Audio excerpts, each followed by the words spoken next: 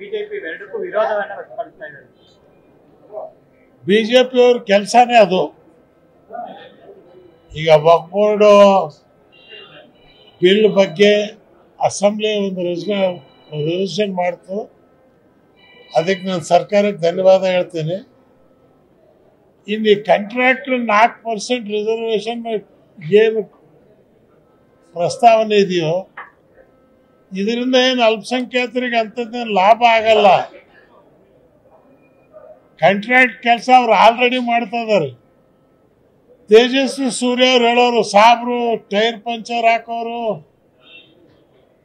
ಹಣ್ಣು ಮಾರೋರು ಅಂತ ಸಾಬ್ರಿಗೆ ಒಂದು ಒಳ್ಳೆ ಕೆಲಸ ಕೊಟ್ರೆ ಇವ್ರಿಗೆ ಯಾಕೆ ಹೊಟ್ಟೆ ಕಿಚ್ಚು? ನೀವೊಂದ್ ಕಡೆ ಹೇಳ್ತೀರಿ ಇವರು ಆರ್ಥಿಕವಾಗಿ ಸಬಲರಲ್ಲ, ಟೈರಿಗೆ ಪಂಚರ್ ಹಾಕೊಂಡಿದ್ದಾರೆ ಅಂತ. ಅವ್ರಿಗೆ ಆರ್ಥಿಕವಾಗಿ ಮೇಲೆತ್ತೋದಕ್ಕೆ ಪ್ರಯತ್ನ ಪಟ್ಟರೆ ನೀವು ಯಾಕೆ ವಿರೋಧ ಮಾಡ್ತೀರಿ?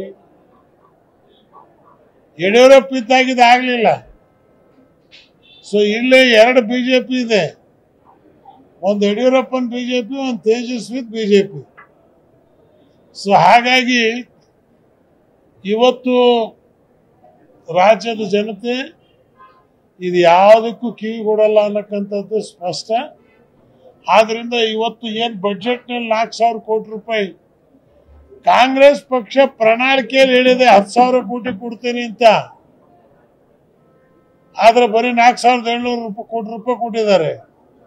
10,000 ರೂಪಾಯಿ ಏನು ಪ್ರಣಾಳಿಕೆಯಲ್ಲಿ ಕೊಟ್ಟಿದ್ರು ಆ ಪ್ರಣಾಳಿಕೆ ನೋಡಿ ಜನ ನಿಮಗೆ ಓಟ್ ಕೊಟ್ಟು ಬಹುಮತ ಕೊಟ್ಟಿರ್ಬೇಕಾರೆ ಮತ್ತೆ ನಿಮಗೆ ಅದನ್ನು ಇಂಪ್ಲಿಮೆಂಟ್ ಮಾಡಕ್ ತೊಂದರೆ ಯಾಕೆ? ಅದೇ ರೀತಿ ಜಂಗಮರ ನಿಗಮ ಭಾರಿ ದಿವಸದ ಬೇಡಿಕೆ ಇತ್ತು, ಅದು ಒಂದು ಮಾಡಬೇಕು ಅನ್ನಕ್ಕಂಥದ್ದನ್ನ ಅದು ಮಾಡಬೇಕಾಯಿತು. ಆದರೆ ಸರ್ಕಾರ ತಡ ಮಾಡಿದೆ.